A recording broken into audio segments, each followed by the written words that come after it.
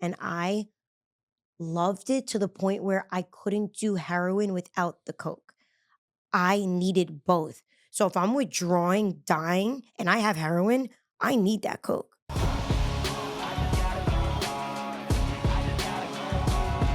Cassidy, I want to thank you for coming on. You just had a year last month. Yes. And I'm so proud of you. I've gotten to know you over like the last year or so when you were newly sober. Yeah. And I'm really proud of you. Thank you. I've watched the transformation. You are a fellow New Yorker. And it's truly remarkable what you're doing, where your life is at now. You came on back in September. I know. You were newly sober. And I wanted to have you on because you had a lot of experience with Kensington, running the streets of Kensington, and you grew up in a great household. Yeah. From what you've told me, your siblings, your parents, your dad, mom were always fighting for you to help you get sober. Addiction does not discriminate. It doesn't matter what household you come from, what walk of life you are. You somehow found your way to Kensington, Philadelphia. Yeah, it's insane. I don't know how I got there, but I got there. I feel like no matter where I was in life, I was always able to find drugs no matter where I went. Didn't matter where you put me, I found it. Yeah. So you went through it the last time. You went in detail about your story, but let's just recap. Yeah. You grew up in Long Island, New York? Yeah, Long Island, New York. Okay. And you have two siblings, an older sister and an older brother? Older sister, younger brother. Younger brother. Yeah, we're like all close in age. Okay. Yeah. And your upbringing, go through your upbringing a little bit and then how you eventually got into drugs. Yeah. So, I mean, like you said, I had a good upbringing. Mom and dad were great. I had everything I ever needed, really wanted. There was obviously issues, but like everything was good. I think it kind of like the toxic started a little bit when we found out my dad was like having an affair with my mom. That's kind of where pieces started to fall apart as a young kid. I lived in New York. We had a nice house. I did bikini bodybuilding. I was a makeup artist. I finished school. Never really got into drugs until all my friends started going off to college. And I feel like I'll never forget this. I remember taking a picture with all my best friends, and like it was like a group of us. We actually won best friends in high school. It was like 8 of us. I remember they all wore their like college t-shirts where they're going to school, and like I was going to makeup school. So I just remember like my dad was like trying so hard to get me a shirt that said like my makeup school on it because he didn't want to make me feel excluded. Because in high school, that's like what you're supposed to do. So I felt very like excluded, but my friends like took a picture with me. We like made it work. And then, I just feel like I was trying to find a place to fit in. So anywhere. And once they all left, I didn't really know what to do. My dad sent me away to makeup school. I did that for like a year and a half. I went to school in California. I came back and then I was kind of like, what now? Like, what do I do with this degree? Like, where do I even begin?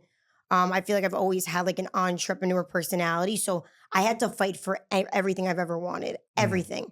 Even in like sports, like I had to go the extra mile for anything I wanted.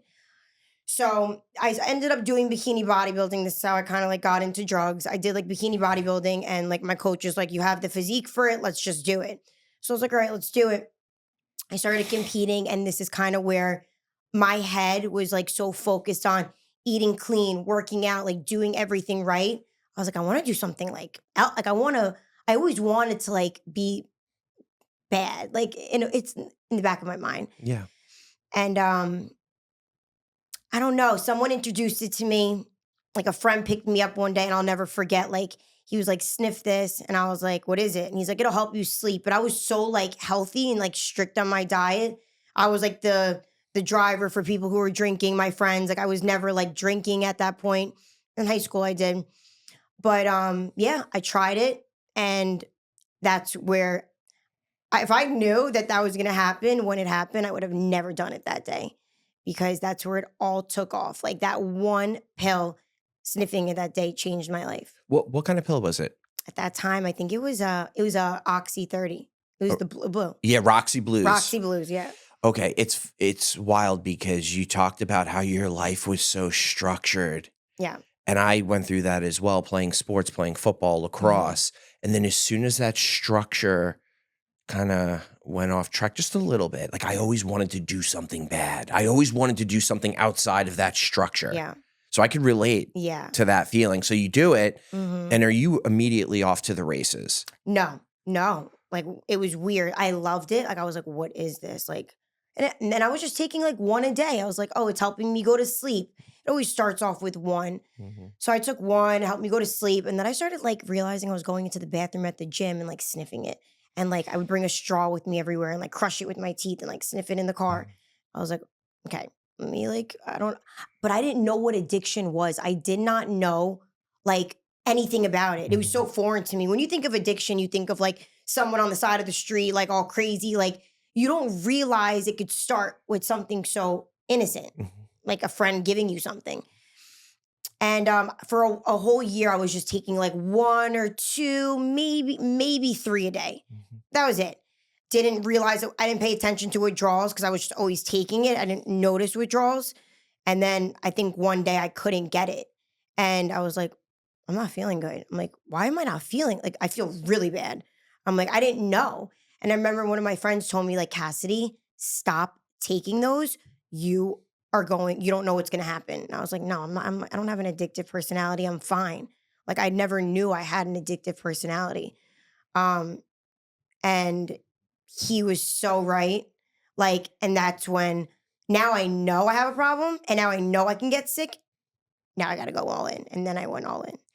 What does all in look like for you? When you were on Roxy Blues for a while, do you immediately make the jump to heroin? No. Do you start taking just more of Roxy Blues down the road? Okay, yeah, maybe I should clarify. So I didn't go all in yet, actually. So I started taking a lot of Roxys, like a lot. And then I started having a friend, like he was like a best friend who was like selling them to me. And like we were like best friends. Like he was always coming over, parking on the side of my house. I was running outside in between clients. Like, but I had my life together. You would not know that I was on these. Like maybe you would pick up on it, but you'd be like, no, that's impossible. I started, he started giving them to me a lot, and then he started selling the fake ones because those were cheaper. So I was like, I don't care, like, whatever. I didn't know. And now I'm taking like, I was taking like 50 like a day. Like it got crazy high. 50, what were they? Blue, Fentanyl? the fentanyl ones. Fentanyl pressed blues. Yeah. Wow. Yeah.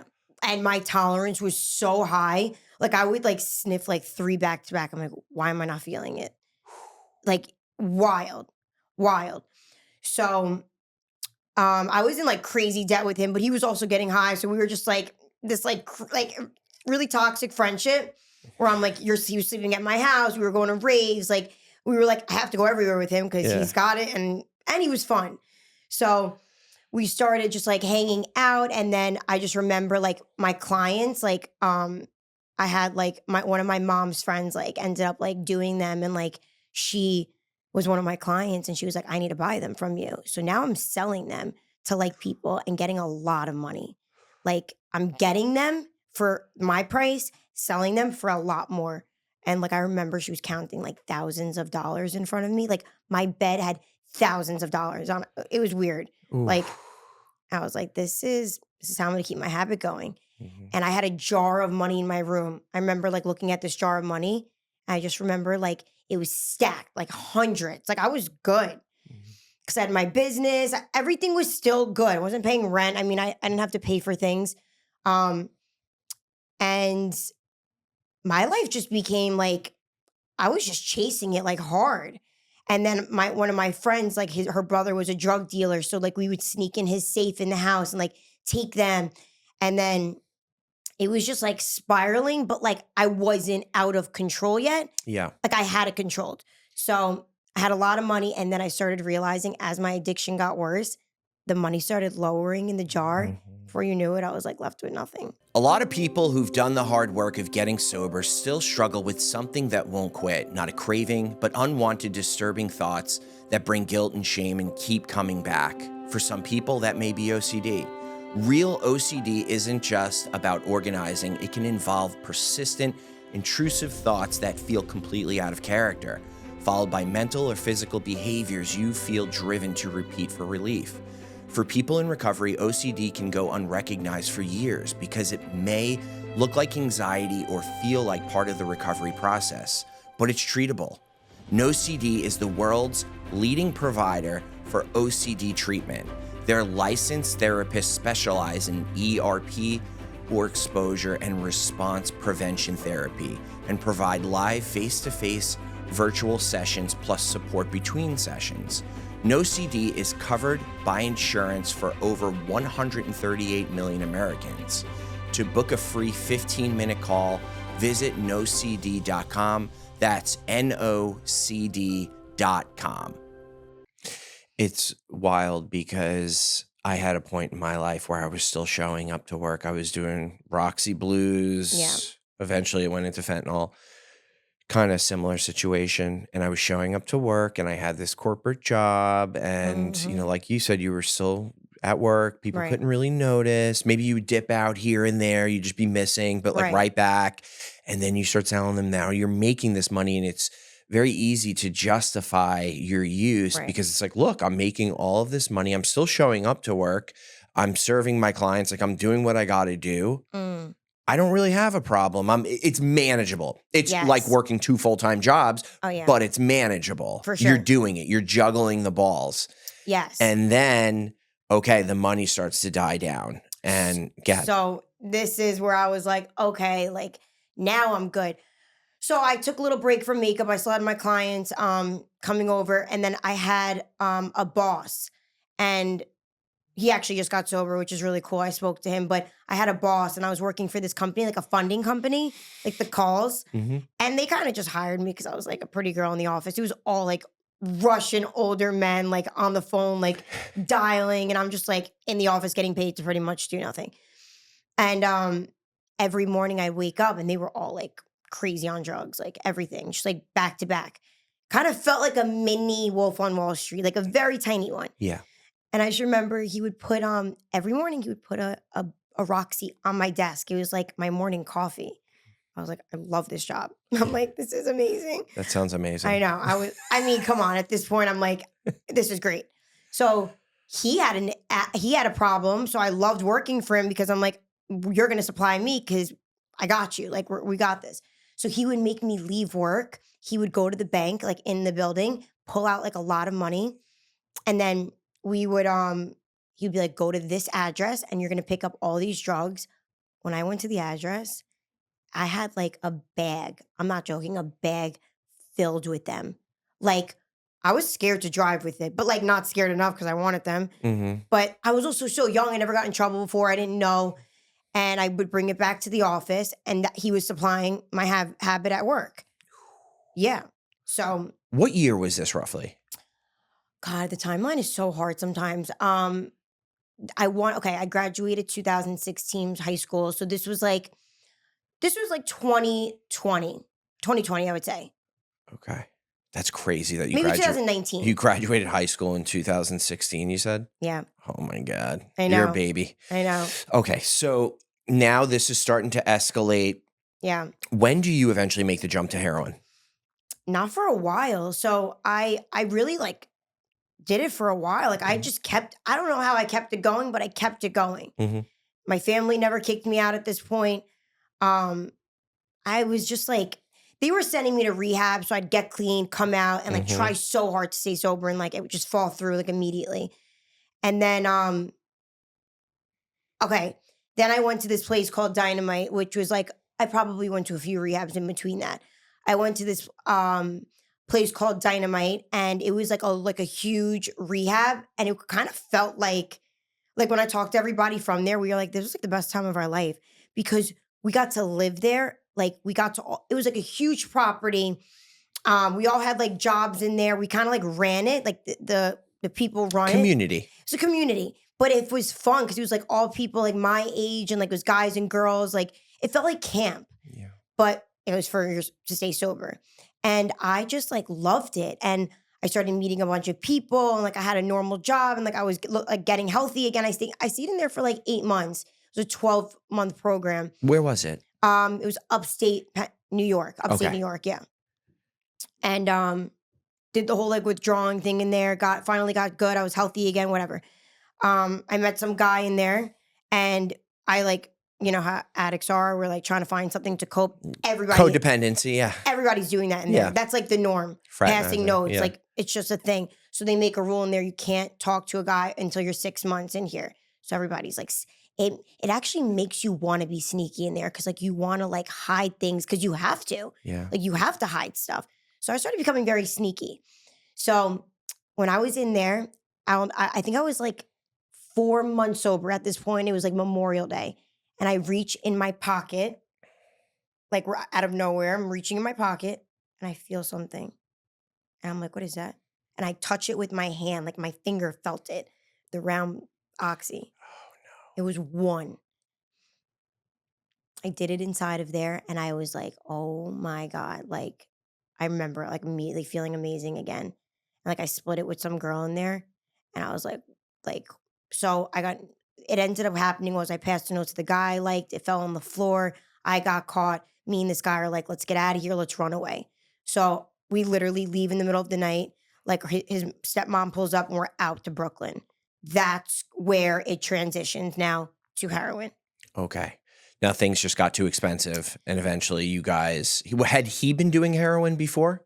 Yes, he was smoking it. So he kind of was just like, why are you getting those when you can get this? In Brooklyn, it's like out there. Like everybody's doing it. Mm-hmm. So we were just like running the streets in Brooklyn and like it was kind of like fun. Like it was like this guy and it was new. And like we're friends till this day. Like we just had like this very like tight bond from like the place. And then he introduced me to heroin and I started smoking it. Then I started seeing a shift and like now I'm no longer having that balance of like how it was on the oxy.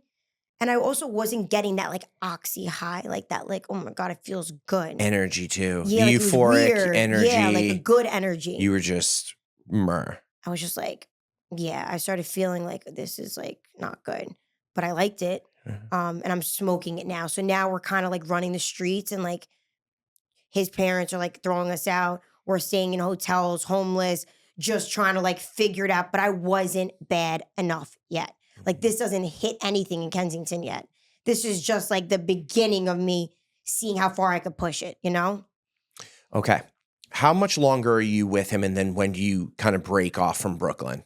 So probably I stayed with him for a while. I got really bad. I ended up going to rehab. My parents picked me up from Brooklyn. I ended up getting a scholarship to a place in Orlando. Mm-hmm.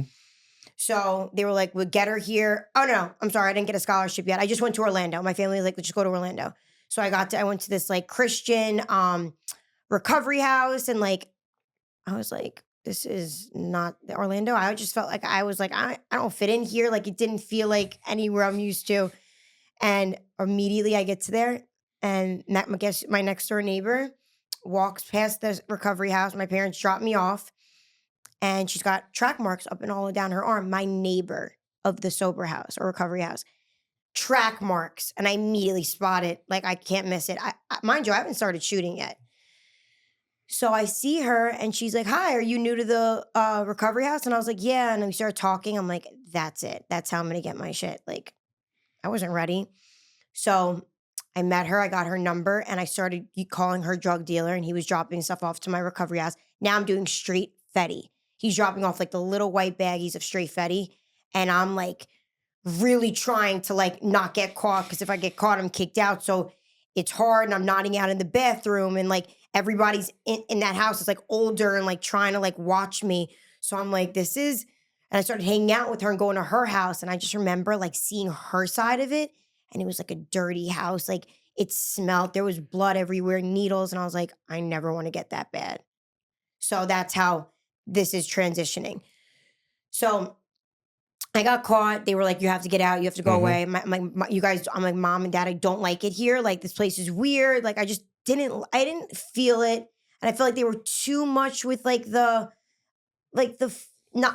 don't want to say this wrong. Like they were like too much for me at that moment with the faith. Like it was like a lot. It was like I wasn't ready for all that yet. Yeah, of course. You weren't ready. Wasn't ready. Yep. And my mom's like, I don't know what to do with you. You got to go to your cousin and aunt's house in Fort Lauderdale. Like, figure it out. Just get there. We'll get you out of there. My mom kind of was like, still like, they're weird. Let's get you out. I was like, they had my back still. So I was like, okay. So I go there. I detox at my cousin's house, like bad, like detoxing in his bed. And he was just like taking care of me. And my mom's like, we got to get you in somewhere. Like, you can't stay at your cousin's. So I was like, all right, like I have to do something.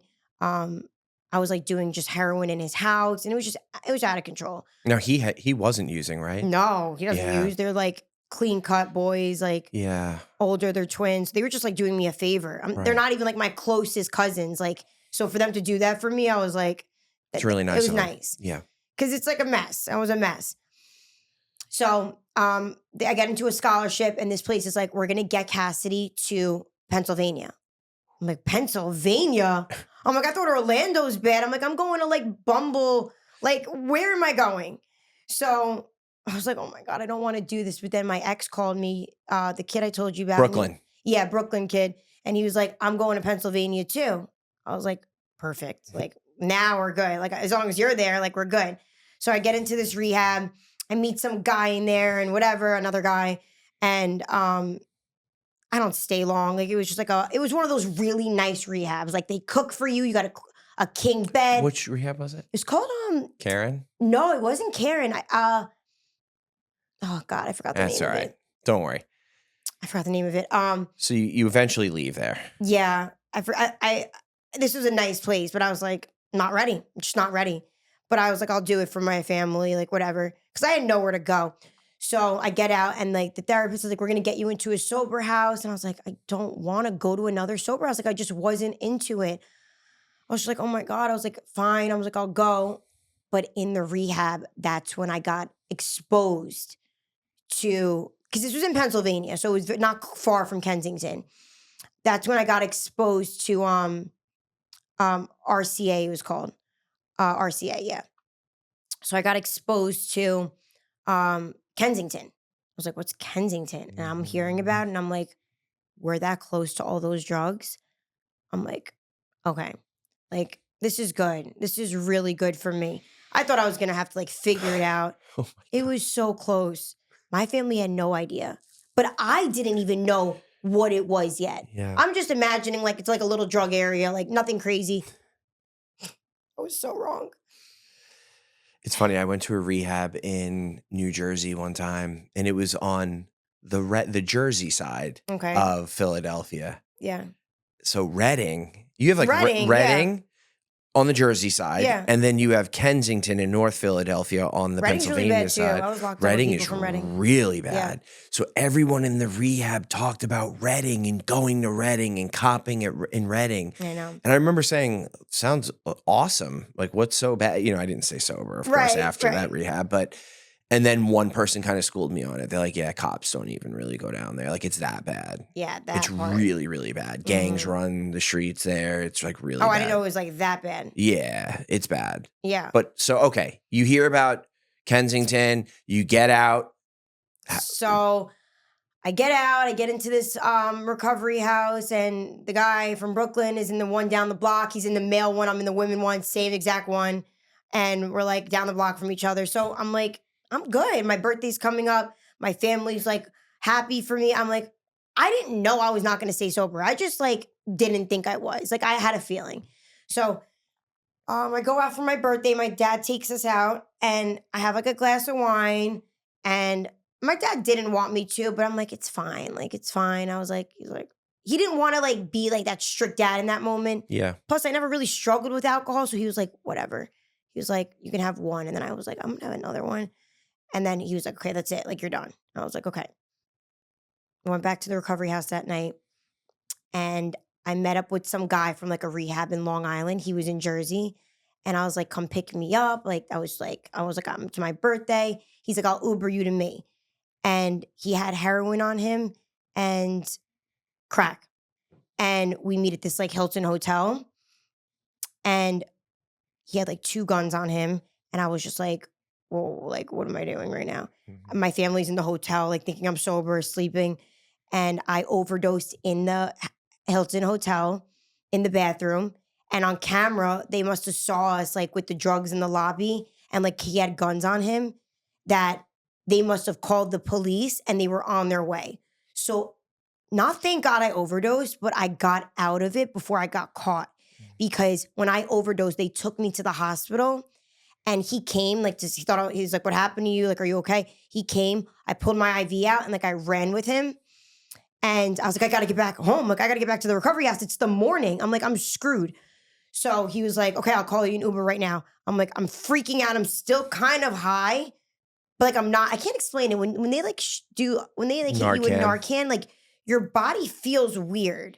Yeah, it's not like an opiate high per se, but it's like an adrenaline high, maybe. Yeah, it's like the Nalex, and I'm probably saying no, I know what you wrong. mean. It rips the pain, yes. the opioid receptors. Yes. It rips the opioids off of your pain receptors, right? And it speeds up your withdrawal, like you get right out of it. Yes, and all that kind of still fucks you up a little bit. That's probably what it was because I felt weird. I go back to the house and immediately I found out like later on he got locked up because for the guns for like years. Like he did like 3 years for it. And I was like, imagine I was there, like just being there, you're done. Yeah. Because you're with someone who has it. So I go home, they kick me out immediately. They're like, we're drug testing you. I said I was like with my family out to breakfast, like had a lie ready, but they knew something was wrong. I was like, listen, I'm going to be honest. I had a glass of wine. I was like, I'll be honest with you. I did have a glass of wine. I'm sorry. She's like, if you did, I will let you stay. If anything else shows up in your system, you're out. I was like, fuck. I was like, I'm so done. Lit up like a Christmas tree. I knew I was so done. My family found out and I don't really remember what happened after that. All I know is, I got into like another recovery house and whatever. I think I just kept hopping from recovery house. Mm-hmm. And then that's when the guy from the place that I went to, I met some guy I told you in there. I was like, I need somewhere to go. Met up with him and he was a hardcore heroin addict right before he got sober, the shooting up type. And I was living with this toxic guy. And that's kind of the beginning doors of hell, that how my life started, because he's the one who introduced me to the guy, Michael, and the whole thing with that. Yep. So it just got bad fast. Mm-hmm. Like I went to Kensington with him. I was overdosing left and right. Like it was clockwork. Mm-hmm. And I was just like waking up and doing it again. Like nothing stopped me. Yeah. If you could describe Kensington, oh God, what would you describe it as? Okay. Kensington is, I could describe it in 2 ways. My addict brain, the best case scenario for an addict, okay? Because I'm going to say it in 2 ways because there's a really bad side to it. There's a good side to it for an addict's brain. You're surrounded by drugs everywhere you go. Every block, the cops really don't care. Just stay away from them pretty much and like don't go off like the premises of where you're supposed to be. It's like a rave, a festival for addicts. So like if you're a drug addict, you're gonna love that. They feed you, they clothe you, they give you housing for free.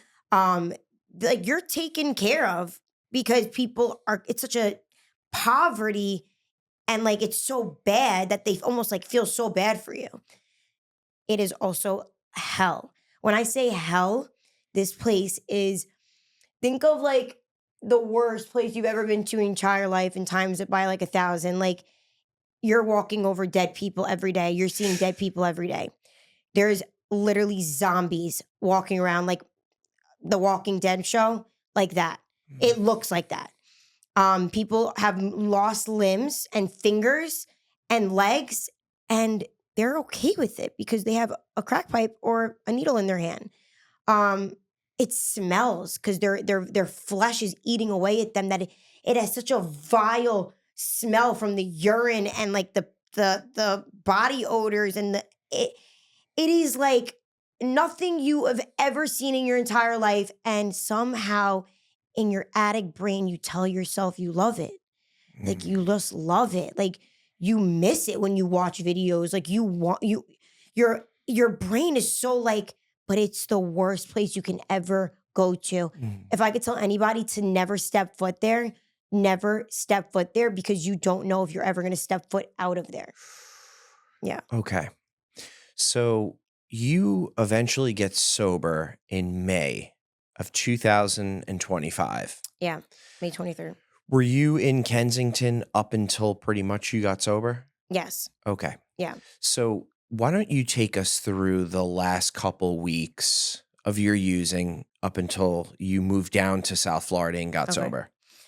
So last couple weeks were the hardest thing I've ever went through in my entire life. Like genuinely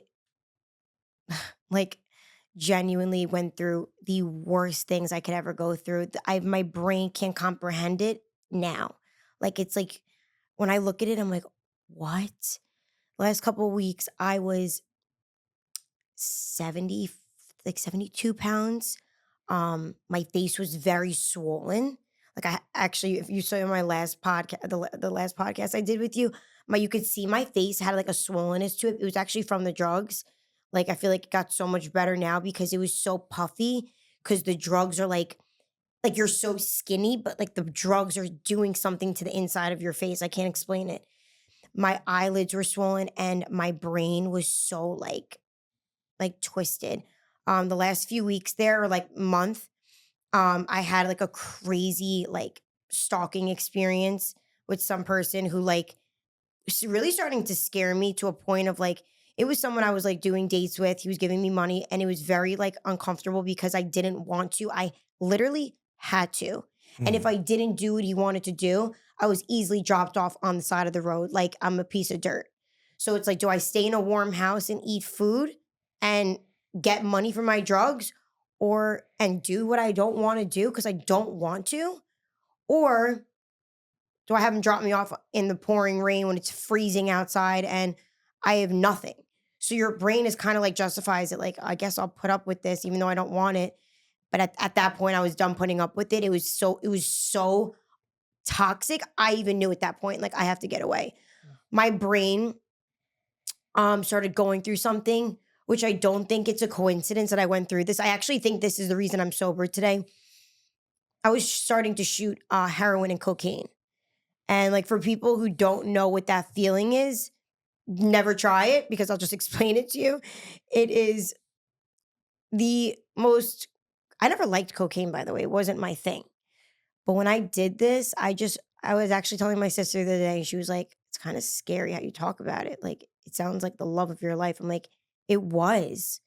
Unfortunately, it was in like the saddest way possible, like a toxic relationship. When I did it for the first time, I just remember like I was so addicted so quick. Like my eyes went blind. I shot it for the first time. It's called speedballing. My eyes went blind, like actually blind. And like you kind of like fish out or like your body freezes up, but like you love it. And I just remember like this guy that I was like talking to, I remember hugging him. I'm like, I can't see. Like, I'm like, I don't know what's going on. He's like, just enjoy it. Like, you're good. Like, it's normal to not see right now. Like, it's your first time doing this. Like, you're going to love it. And I loved it to the point where I couldn't do heroin without the coke. I needed both. So if I'm withdrawing, dying, and I have heroin, I need that coke. Most people are like, I'll just do the heroin. No, I needed the coke. And it wasn't pure heroin, so maybe pure heroin, I would have like just loved it by itself. But at this point, it was like these crazy, like really bad stuff was in it. Like my brain. So the reason I tell you about the coke is because my last few weeks there, or months, I should say, I was having a real demonic attack. And like, if you never went through this, it's going to sound crazy and very foreign, but it was very real. I was literally like seeing demons, like my brain was seeing it. Yeah. It was a demonic where my eyes saw the world for what it really was. And I saw like every time I would shoot up, like I would think I'm getting raped. Like I saw gangs raping me and like people chasing me and like people holding guns at me. Like my brain's really seeing this stuff. So you can imagine I'm like running from nothing, but I'm running from myself. It felt like a very like deep moment for me. Like I'm really running from myself, but I'm seeing this demonic attack. And I remember like one day I was in a hotel. My family was just so scared for me. Like I was so out of control. I remember like calling my dad. I'm like, Dad, please pray over me right now because I'm scared. Like I feel a demon in the room next to me. Like I felt it. I heard it. It was like talking to me like Cassidy. Like it was very scary. When I think about it now, I literally get the chills because it felt so real. And I don't think I went through that on accident because it scared me enough to make me want to stop. I remember my dad like literally prayed like in the name of Jesus, like over his daughter, because that was the only thing that made it go away. When my dad would pray over me, or like someone would pray over me, because a lot of people in Kensington pray over you. Like there's a lot of people who walk around. Mhm. That was the only time it disappeared. So I knew it was like the devil like really attacking me. And I would have to like close my eyes and like pray to God, like, please make it go away. Like I was scared, I was hiding, but I couldn't run from it. But at the same time, I needed the drug to feel better. So it's like, on one hand, you need the drug to feel better because you're sick, but you know, once you do that drug, you're gonna think you're getting raped, killed. Your brain is gonna mess with you. You're gonna you're gonna go through like horrible things in your mind that you can't explain to nobody. No one knows what you're going through because you're in it alone, but you're seeing it. And I was just so scared that I was like, I gotta get out of this. I don't know what I gotta do, but I gotta get out of it. I'm selling my body. I'm getting in the cars with men, and like I'm thinking they're about to kill me. Like I'm jumping out of their cars as they're driving because my brain is like, they're about to they kill me.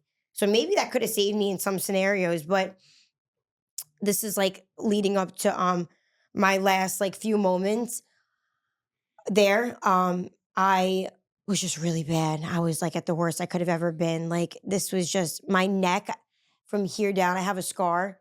From here down was like dot dot dot, like connect the dots, and it was like scabs. My veins were all like destroyed. Um, I mean, I was a walking mess. My hair was probably natted at that point. I couldn't really like look pretty anymore. Like it was unmanageable. And I was kind of like, Mhm. what do I even care anymore about looking pretty? I cared for so long how I looked. And at this point, I'm like, what am I even doing? Like I hated myself so much, like sleeping under train tracks, waking up with dirt on me. And like I slept in this, I was dating this guy and he was like my partner who I ran around with, older than me, best friends till this day. We have the same sober date. Um, I was like, I don't know where to go. And he was like, this woman's like, you can come stay at my house. And I was like, really? I was like, thank you. Cause I was like so scared to be on the street. I felt like I was, and that guy was like stalking the crap out of me, which Mhm. made it even more real. Cause he's like stalking me to find me, to like capture me and like take me back with him. So like so many different things are happening and I can't run from it. And I remember like this is where I was like, this is literally my rock bottom. Like it has to be rock bottom for me. I'm sitting in this trap house. So it's not like a house. I thought I was going to a house. It was a dirty, when I tell you, think of like the worst smell in the entire world. When I walked into this trap house, it was infested with rats. But like they were hiding because I would have never went in there if I saw the rats. They were hiding in the back, but it sounded like construction workers. That's how big they were and like disgusting. I remember just sitting on this couch. I didn't want to touch the floor. I was sitting on the couch like this, just shooting up hour after, like not showering, not moving. I couldn't even get up because I was so scared. I'd make my partner go cop and come back, cop, come back, cop, come back. Someone got shot right outside that our house like that night. And I woke up. There's a bucket of like crap and piss. Everybody's peeing in the bucket. The fumes are everywhere. I'm dirty. I woke up, there's rats all over the floor. I'm like screaming and I'm like, what is my life? Like, what has my life come to that I'm content with sitting on a couch shooting up hours all day long just to sleep, fall asleep, wake up, and do it all over again? And that's my life. And I see people getting married, having kids, and I'm like, this is embarrassing. If this is my life, I want to die. I was Mhm. like, God, if this is my life, please just take me because I don't want to be here anymore. And I didn't want to be there anymore. Like I would cry. I'm like, God, I don't know like what lesson this is supposed to teach me, but like I need someone to get me out of this. Like I can't do it anymore. I've just been through so much pain and like at that point, and guys just using and abusing me. And I mean, Kensington is just evil in itself. Like, you see such evil things, and like, I just wanted an out. And one day, I was like, you know what? I was like, I'm gonna get sober today. I was like, I don't know. Something on my mind was like, I am gonna get sober. Mind you, I have a lot of people at home praying for me. This isn't like me on my own. Cassidy did it. She decided and she was strong. It's like, no, I had like an army of people at home in different states, like praying hard for me. Like, I have 25 first cousins. Like, they're all, and their grandparents, like, people are praying really hard for me. And like, it took so long for me to get there. But that night, I was getting arrested also a lot, but they couldn't lock me up, because if you're withdrawing, they can't lock you up anymore. So I like used to fake like withdrawing just to not go to jail and get out. So I was like, I'm just gonna keep getting arrested. It's just gonna be this is gonna be a cycle until I'm dead. And that night I decided, okay, I'm gonna do it. I was like, I'm gonna do it. I didn't trust myself, but I said it. So that's enough. You have a little bit of hope, take it and run. And I was like, let me just do it. And if I can't do it, I can leave. I can always go back. Let me give myself the opportunity. And I went in, and I brought a lot of heroin in with me. I'm not gonna lie. The hospital was very, very good hospital. Like, shout out to Penn Presbyterian. They took such good care of me. They loved me back to health. Like, genuinely loved me. Like, nursed me like I'm like a sick like bird that just needed nursing until I was able to get strong enough. And like, the love and support they gave me, I will never forget. Like, I actually like could cry thinking about it, because I remember like how much the doctors were like, you're gonna do it this time. And I was like, am I? Like, I don't know. Like, I really don't know if I'm gonna do it this time. And they're like, you're so beautiful. Like, you have so much going for you. Like, just give yourself the chance. Like, just try. They gave me so much hope when I had no hope left. My family didn't even have hope left. They were like, Cassidy, unfortunately, like, said it and did it so many times. And the detox was out of this world. Like, I don't think I could ever tell you how bad this detox was. Can you try and tell us how bad the detox was? It was really bad. I was prolonging my detox because I brought heroin in, because I was so scared. But I was like, as long as I like have the heroin, and then like once I run out of it, like, I'll do it. But I'm like, I can't like have it and then not do it. So I was like doing I kind of like leaned myself off the heroin in a really weird way, because like I brought so much in that like I was just doing a little bit. Like, you know how hard it was to sneak those in? Like, the work and the effort I had to do to sneak that in, like, props to me. And I would just do a little bit, shoot it. Like, I would have to mix it real fast and like go in the bathroom and like shoot it. But it's so hard to find a vein. Like, it was crazy. But like, the hospital was like, we're gonna give you any reason to stay. Just stay. They're like, because we can't take you because you're not detoxing yet. So they're like, make up something about your leg is hurting. Like, your legs are sore. They just wanted to save me so bad. They're like, we'll like say anything. So I was like, so my something in my levels were like off. So they were like, okay, that's it. That's our key to get you to stay. So I was like, perfect. And the withdrawals, they never seen anything like it. They said it was like really scary because they didn't know how to handle it. The That was doctor. when your heroin ran out. Yeah. Okay, so your heroin runs out. Now you actually go into withdrawal. So go ahead. Oh my God. When it ran out, I knew it's coming. I I don't remember a lot because it really gets like messes with your head. But the nurses told me. I'll just tell you exactly what the nurses told me. They said, I started throwing up, and like the throwing up where like you're choking on your own vomit because there's nothing there. It's like vile. And then I went into like a seizure mode where they were so scared. Like, and they're young girls, some of them. They were like, she's out of control. My body would lock up, like I couldn't move my arms, and like my legs and my teeth would like lock and clench down.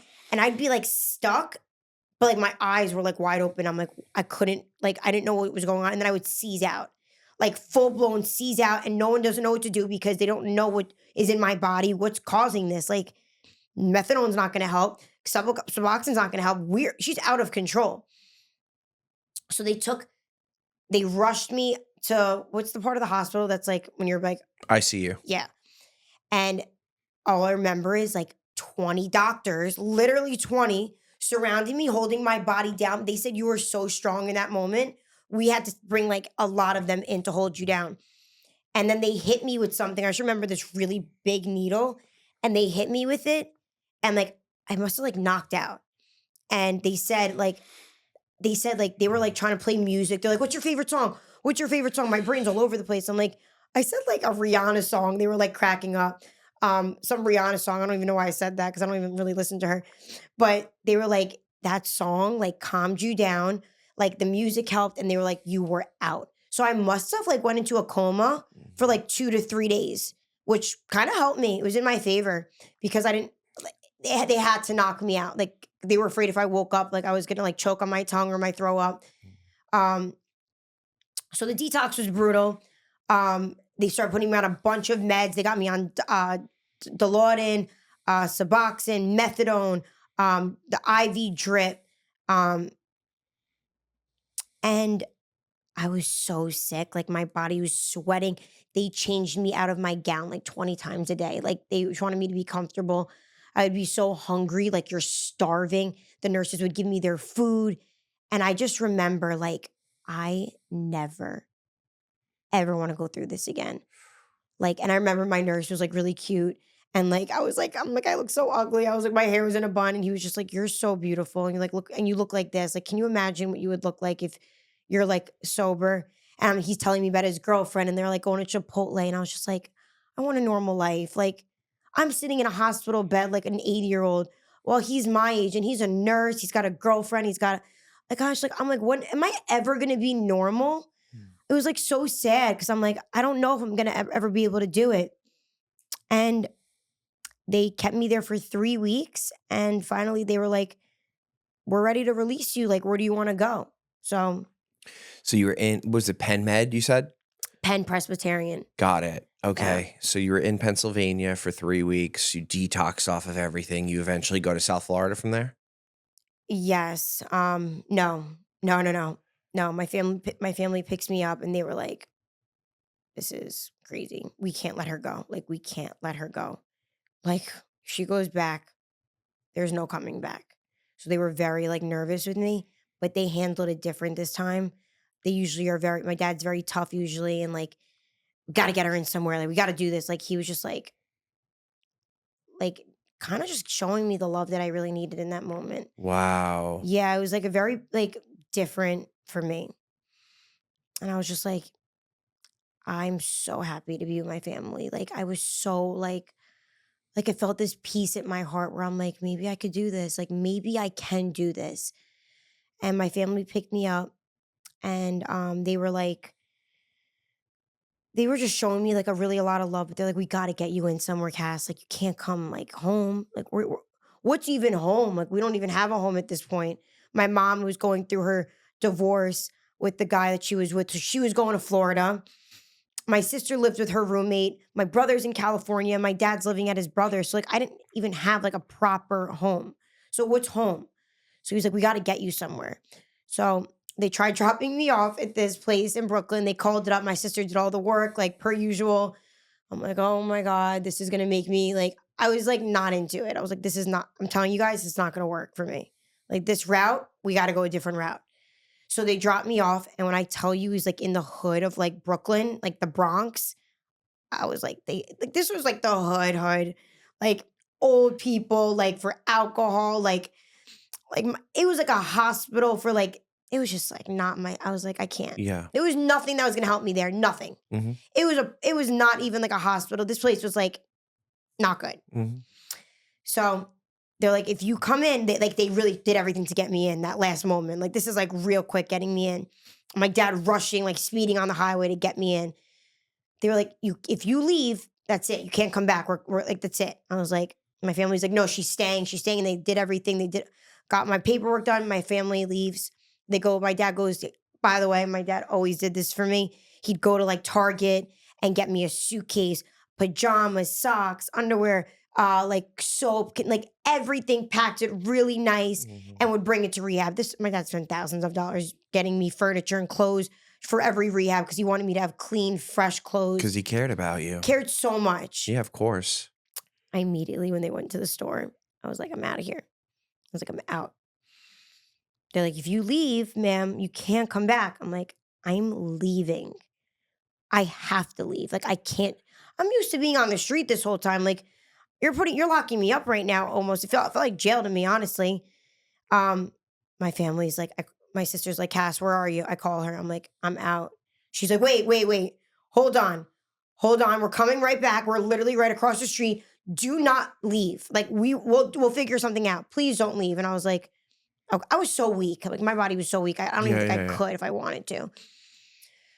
I just remember my dad's face was like, I'm so disappointed. Like, what am I going to do? Like, my daughter's going to die. Like, what am I going to do? And I was just like, I had nothing left to give. I was so weak. Like, I remember, like, my face was so sunken in, and like, I was just like, oh God, like, what am I going to do? So they come get you. They come get me, and they're like, we got to drive you down to Florida. I was like, we're all going. We're dropping your mom off. We can't leave you home alone. I was like, we're driving to Florida. My dad's like, I guess you'll come and we'll figure out a plan in Florida because we'll be there for a few days. Maybe we'll get you into a rehab there. So we all took a road trip, the whole family, driving all the way to Florida. Mind you, I'm still withdrawing, popping Suboxone, and like. So you're using at this point? It's just Suboxone. Okay, like, because I was sick. I haven't been leaned off yet. Oh, got it. So they gave you a prescription. Got it. Okay. Yeah. It wasn't like you were getting street Suboxone. No. This was like doctor's orders. Like, you're going to be sick. So I was have to take it throughout the car ride. Got it. And I'm really sick at this point still. Like, you don't get better like in a week. No. So we're driving, and finally we drop my mom off, and she moves into her sister's house, and I'm there trying to figure out what are we going to do with Cassidy. And I just felt very like, now I understand it. I felt very unwanted. Like, we can't go here, can't go there. You can't go to your sister's. She can't watch you. And I was like, where am I going to go? Like, I don't have anywhere to go. And my dad's like, I don't really know if going back to New York with me is the best move. And I was like, I don't think it is either. So, they just like took a chance on me. They saw I was doing really good. They're like, my dad's like, I don't want her going to rehab. My dad's like, she's going to meet a guy. She's going to meet the wrong person. It's going to spiral. Let's try a different route. And I was like, I kind of agree with him. Like, I did agree. And my family's like, I don't know. That's like really hard decision to make. But we decided, okay, let's do this. So I would bounce from my mom to my sister's house. Finally, my sister was like, you know what? I love my sister. I'm going to let her stay with me. And I was like, really? And she was paying the rent, and her roommate, one of our best friends growing up too, like, she's like my sister. She allowed me to live there. Like, it's not the easiest thing letting a third person in your house when you pay the rent. Who's newly sober? No way. But they loved me so much, and they've been praying for me for so many years. She was like, you are so welcome in my house, Cassidy. Like, both of them were like, you are so welcome. My sister was scared. But we built that trust up, and life is very different today now. That was in the beginning. Holy shit. That was May of 2025, and you have stayed sober since. Yeah. Wow. Okay. Let's go. There's a lot that went on in the month of May and April of 2025. I know. So, okay. You have stayed sober for the past 13 months now. Yeah. What are some things that you've done? Because you had 3 to 4 months when you were on here the last time. What have you been doing for because I've been watching you on Instagram. We've stayed in contact. Yeah. Your life has you've reaped the benefits of sobriety. Oh my God. What have you been doing the last year to help yourself stay sober? Oh my gosh, so much. I mean, when I came on here, I'm sober for so long. And I'm like, oh my God, I'm such a baby. Like, and I still am. I am. Granted, I'm only like a year and like a month, but you know, that year marker really means something. Like, it changes you. Yeah. I have a job now. It's not the job that I want as a career, but it's a good job. Me and my sister, I finally got my own apartment. I live in like a beautiful high rise. I have my own room for the first time in like 10 years. I haven't had my own room. Like, it's so nice to like walk in and like, this is my room. I pay for it. I pay my bills. Like, it's a very rewarding feeling. And it looked from when I was last on, that looked so far like fetched. So far fetched. Like that's not gonna happen for years. My sister has just been so involved and like really showing me like the support, like even helping with the down payment on the apartment to like get me started. In the beginning, I did try meetings for a little bit. It wasn't the route I took. I tried them. I do love meetings. I can appreciate them so much. And I think they're super helpful. It's just not my everyday thing. Yeah. For me, like what I'm doing is working. So I'm like, let's do it. I get drug tested every month at this place in Miami. Is it an IOP or something? They don't like do like work with you. Yeah. They kind of just like drug test you. They check on you. Accountability. Accountability. That's awesome. And we love need it. that. We need that. We need that. Yeah. Especially the first couple of years, maybe first year, maybe 2 years. We need that accountability. And also too, you had talked about the Suboxone in the beginning and being prescribed it. I want to make something very clear. So Matt is a thing for a reason. And Matt helps people get clean and sober. I did a Suboxone taper, I think the first 20 days of my sobriety. I heard that. And listen, if you're on Suboxone for 5 years and you haven't come up with any kind of plan to get off of it, I would say, okay, that's a problem. I agree. Matt is a problem for you.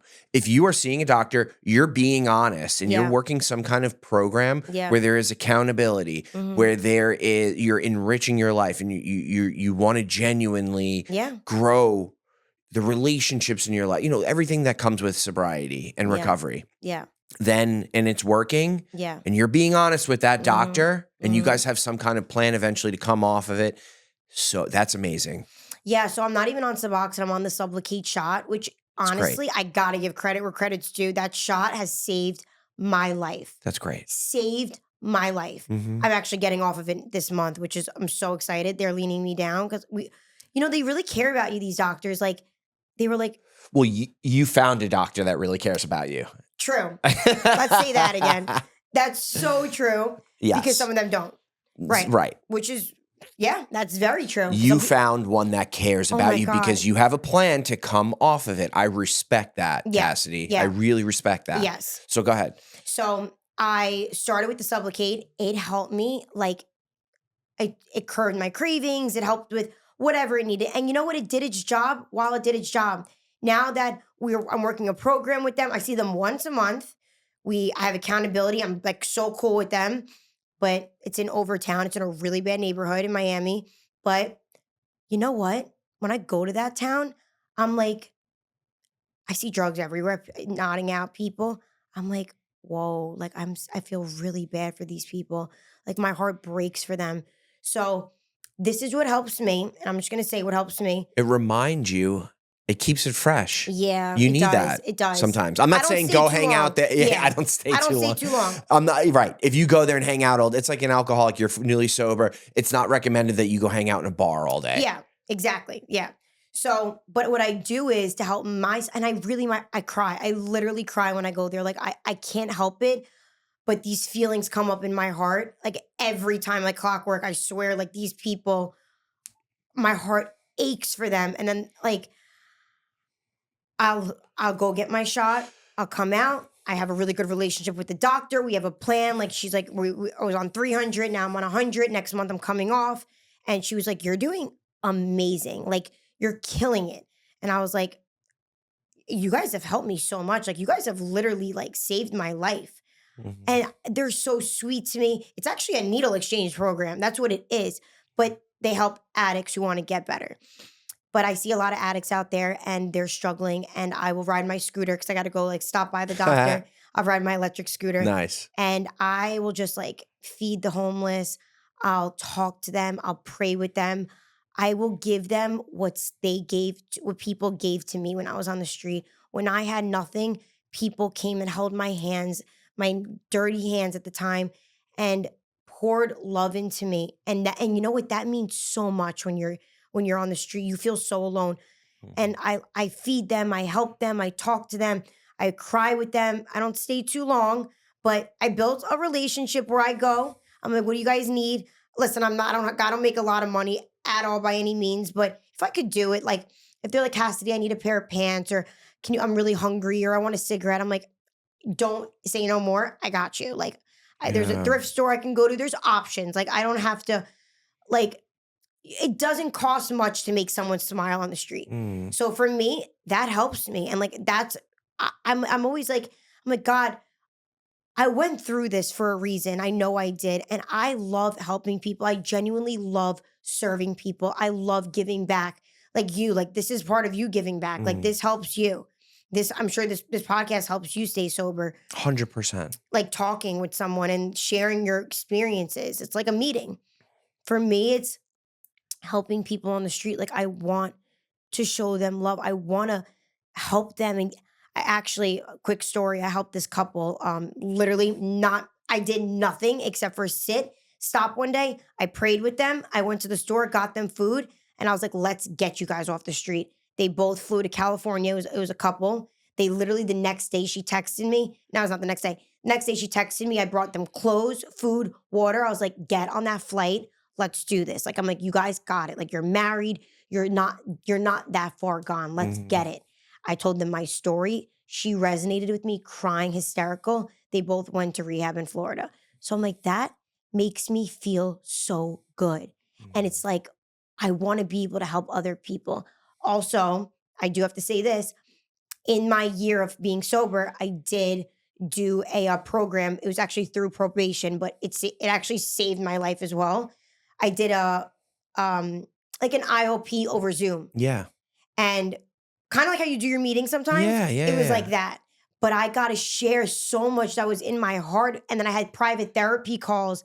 And I was like, you know what? This is really helping me. Like, people can do it. There's hope. I didn't think I can do it. I work now. I got my apartment. I went to therapy. I'm actually starting therapy again. I just think it's helpful to always have like a therapy. Is awesome. I'm a huge advocate for therapy. For sure. And it's like having a sponsor therapy. Yeah. It's one place you can go and be honest. Yeah. About everything. Everything. That and no judging. We need that. Yeah. Yeah. And I don't know. I see this like drive in me now where I'm like, I want more for myself. I'm like, I don't know what I want to do. I know I love like the beauty industry. I love serving people. So right now, me being a server at like a nice restaurant, like that, I actually talk to my like customers and they're like, because I have Survivor on my neck and they're like, you are a survivor. Like I'll share with the right people. I'll share it with them. Yeah. And they're like people have cried for me. They've tipped me more because they're just so mind blown by my story. And I'm like, yeah, it took so much work to get here. Like, but I finally did it. And even dealing, like, I you know, at this part, I dated some guy early in my early recovery, and like, I found love, and it ended up he cheated, and we broke up. But you know what? I didn't get high. Okay. I love that you shared that. I'm sorry you went through that, but thank you for sharing that. Okay. Whenever I had any type of feeling, a lot of people are like, oh, it's the drugs, it's the alcohol, it's the gambling, it's the sex addiction. Those are symptoms of what we suffer from. Right. The problem here is what's going on in my head. Yeah. That's my problem. Anytime I had a feeling or I felt inadequate or even really, really good, I was celebrating something, I had to go get high. Yeah. I couldn't sit. I couldn't sit and be content with who I was and who I am. Or I needed to jump into a relationship, or I need codependency, this, that. You go into this relationship, you get your heart broken, unfortunately. And I'm so sorry to hear that. Yeah. How did you get through that with no drugs, no alcohol, no jumping to another guy? What did you do? God, hard. I'm still dealing with it because it just like recently happened.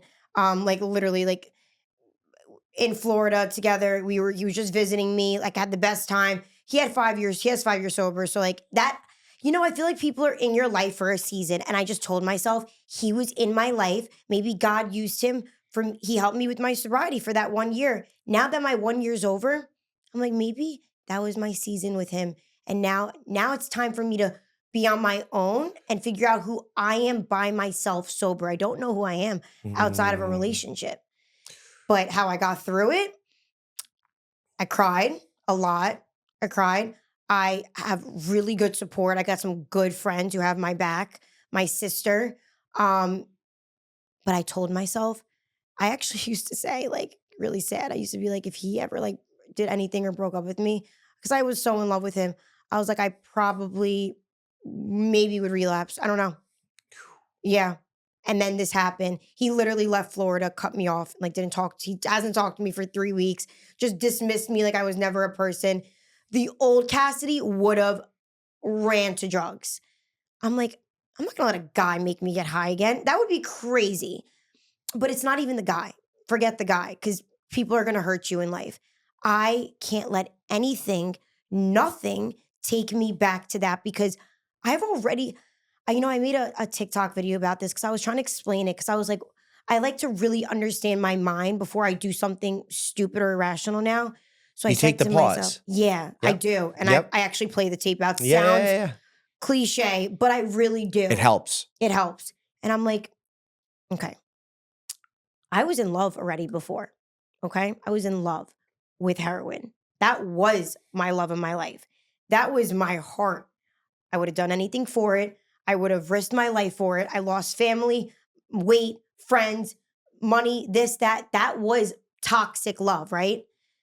I already felt a heartbreak. That was my heartbreak. A guy cheating on me, it's almost like it's your loss. I know what I am. I know what I have to offer. I know I'm a good person. And if you want to leave my life, go ahead. Am I not saying it doesn't hurt? It hurts. But for some reason, like, God really is on my side, because I'm like, I should be crying more. Like, I should be more sad right now. Like, I spent a really important part of my life with this person. Like, that was my year of sobriety, like memories and like dates, and someone giving me that love I've never really had before. I never had that love before with a male, because all my other people just like used and abused me. But I just remember saying to myself, Cassidy, no matter how bad the pain is, do not pick up. And I was alone. My sister was away in New York when this happened. I was all by myself in my apartment. I just think it's really a coincidence that my sister was in New York. No one was for me. No one was there for me. It's just happened. And my sister and my family was like freaking out, like she's gonna relapse. Like, we're so scared of it. I was like, it wasn't even a thought on my mind, honestly. Wow. Like, I was like, I'm not relapsing ever over a guy. I Yeah. don't want to go back. I don't want to ever feel that way again. And no one's going to ever make me feel that way. One day I'll have a husband where I'm like, thank God I stayed sober for you. Thank God I never relapsed when I was 27 and I waited, because I know there's good things to come. So I tell myself now, and in my year, I'll tell you right now, it has not been easy. People have offered me drugs. I've had drugs in front of my face, literally as addicts on the street, where like, I literally have heroin right here and you don't want to get high. I'm like, no, I don't. I'm like, I actually go and share my story after they do that. And he's like, actually, I saw the kid who showed me the heroin the other day and he got sober. And he was like, I remember you. He's like, you shared your story with me. I can appreciate that there's a time in my life where I needed to go to those things. And I'm at a point in my life now where I am so content without drugs. I'm so fulfilled with so many other things. Have so many dreams for myself. Like, I don't know. I might want to go back to nursing school. That was been a big thought on my mind, because I got a scholarship, because as an addict, they give scholarships out for schools, which I think is really cool. And I want to take advantage of it. I don't know what the next chapter is for me, but I do know is that I work my program. I don't let anything bring me back out, no matter how painful it is. If I'm in that much pain, I'll binge watch Love Island. I'll hang out with a friend. Like, there's so many other things. But you know For what? sure. Working as busy as I am, it helps me so much. Like, my mind, Yeah. I used to say, like, why did God bring me a job that's like so, like, I feel like I don't have a life sometimes. I'm like, I know exactly why he brought me that job. He knew I was going to need it. Me with downtime, not good. Yeah. It's not healthy. Oh, go ahead. Yeah, no. I was just going to say, me busy, Cassidy busy, gym, work, friends, whatever it is. I'm good. Mm-hmm. I'm good. Well, what I like about that is it sounds like that pain of the breakup, you're sitting with it for a little bit, Yeah. right? But then Yeah. you're keeping yourself busy. You're not letting yourself spiral. Yes. And that's where we go wrong. Yeah.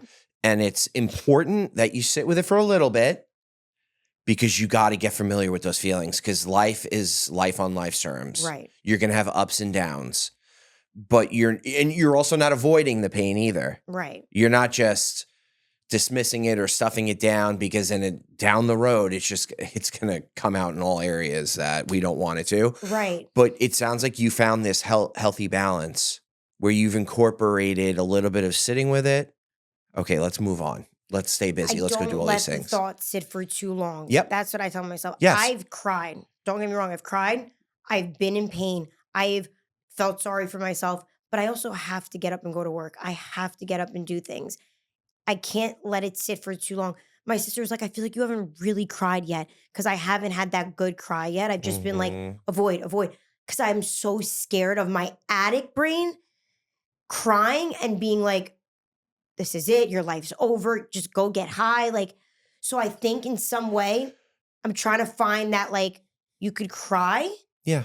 I don't want to feel the pain. I don't want it to hurt too much. I think I'm blocking it out. I think psychologically my brain is like, you're good. Yeah. Like, you got this. Yeah. My therapist is really good. And he gave me that advice. He said, you sit with it. Yeah. Sit with it for a little bit, but don't dwell.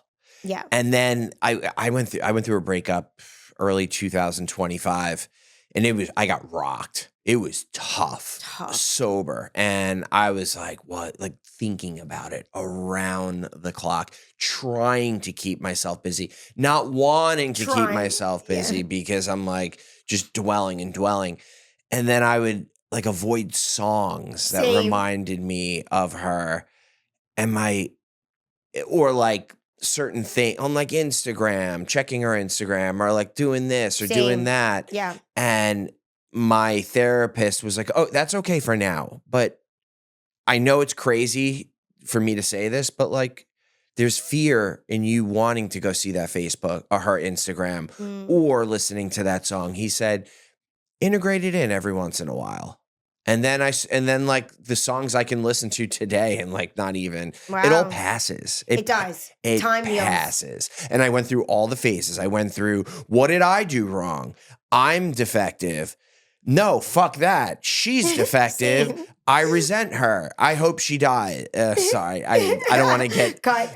No. I don't mean that. No, I know. And I don't want to also, not about her. I don't want to get on YouTube. I don't want them to pull my video. I know. No, but I went through all the phases. And all the phases are real. Yeah. But you go through the phases and then I settled at this place where I hope she's doing great. I hope she's doing great. It's hard. And it's amazing. Yeah.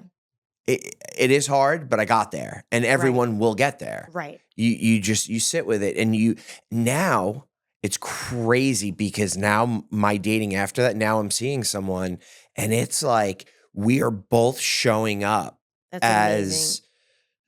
Like both putting in the effort and the work effort. And there's no love bombing in the beginning. That part is for addicts and alcoholics, that's dangerous shit. It's fucking dangerous. I got love bombed hard. I love bombed. Yeah. Like or I love bomb too, probably. Yeah. Yeah, I love bomb. And love bombing was me doing it because I needed you to want me. Right? If I told you I loved you, well, then you're going to fall in love with you. You're going to fall harder for me. And like, you're going to be obsessed with me. Right. And I need you to be obsessed with me because God, so if you see who if we just show up as equals, equal and equal for an addict or an alcoholic, this one, me, you're never going to love me as just like an equal showing up to you. Agreed. Because I'm not worth it. That's what my brain tells me. Same. And I've actually taken that leap of faith with the relationship I'm in today, and it's going great. So It's happy for crazy. you. Yeah. You know how that works. No, I But agree. I feel for you and I appreciate you sharing that because those are real things that we go through in sobriety and you're getting through it sober. Yeah, I thought about it. I was like, should I not come on because I'm in such a vulnerable place? I'm like, that's the whole point of this podcast. Be vulnerable. People are gonna, when you get sober, you're gonna have a death, you're gonna have a breakup. It's gonna hurt. It's Yeah. really gonna hurt. What are you gonna do with that though? And I was thinking about it. I was like, I just feel like when you can get through something, we've been through so much. We've been through pain. Like most of us addicts, we've been through really hard pain. It's trying to cope with now normal pain that people go through on a daily basis. Like we're trying to cope with it without drugs. And I feel like for me, or drinking, for me, I am so proud of myself because I seriously did not think I can get through this breakup. And I'm doing the hard work. I'm actually like, maybe I need time for Cassidy. Maybe I need to focus on myself. What do I like? I don't even know what I like. What do I want? Like there's so many things because I'm so used to I'm so codependent on a partner that I feel like this is going to be like the best part of my journey for me. Oh, the journey moving so since I mean it was a different time of my sobriety, but like the Right. last year and a half, like going through that, it's been the journey. Yeah. Today, it's not just about it used to always be about the destination and getting high and the destination. Even in early sobriety, destination. Like we're going on vacation out, let's go there and then like let's do something crazy exotic because that's what. And then today, it's about the journey along the way. Yeah. When I go to New York to see my family with my daughter, it's the journey of going on a plane with my daughter. Yeah. And, then we fly into LaGuardia Airport and then renting a car with my daughter, driving out to, Long Island to my parents for Christmas or something like that. And us listening to music along the way. It's the little journey. moments, yeah. And the healing journey is the best in sobriety. Yeah. It really is.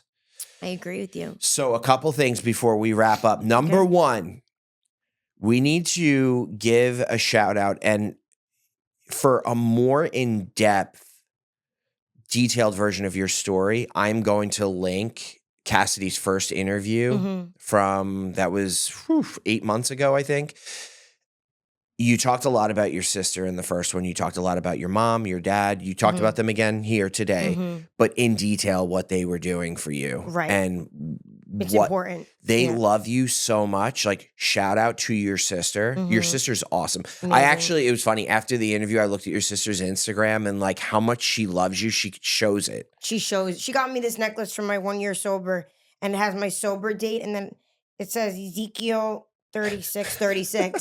I forget. I love it. And it's like, she meant so much to me more than anything for my 1 year sober. Yeah. Oh, I want to say this really quick before ahead. you say that. Another thing that was so healing for me, my 1 year sober, I got to be with my entire family for the first time in a long time. We were like all sitting under the same table. And we all celebrated my 1 year. We went out to dinner. It was my dad, my mom, my ex, me, my sister. And I got to just be with, my brother wasn't there, but we just got to be all together. And they were just like, you Cass, like you did it. You're doing it. And I got to actually like see my family smile for once. Like my dad now, my dad was really depressed when I was using. My dad's like working again. He's smiling. My mom is so happy. Like my sister said she would cry by herself at night because she knew I was on the street. And to see them smiling makes me like a world of a difference. That's the amends we make, the living amends. Yeah. So they don't have to worry about us anymore. Yeah. That they're proud, right? Because we put them through so much. But shout out to your sister and shout out to your mom and dad who never gave up on you. Ever. And they loved you. And I think it's very fair to say that if you didn't have such a loving family, you wouldn't be here today. No, I wouldn't. I definitely wouldn't. Yeah. And then last, where can people find you on social media if they want to follow you? So either Instagram is honestly, I need my phone. No way, you don't even know it. Cass Rose M. I just want to make sure there's no spaces. So it's Cass Rose M on Instagram, and then my TikTok is the same thing, Cass Rose M. You've been growing the TikTok. I have. Yep. Honestly, your first video, so many people followed me, showing so much support, and I just want to be so thankful for that. Like being on your show, like people have been reaching out. That's another huge thing that's helped me on my recovery.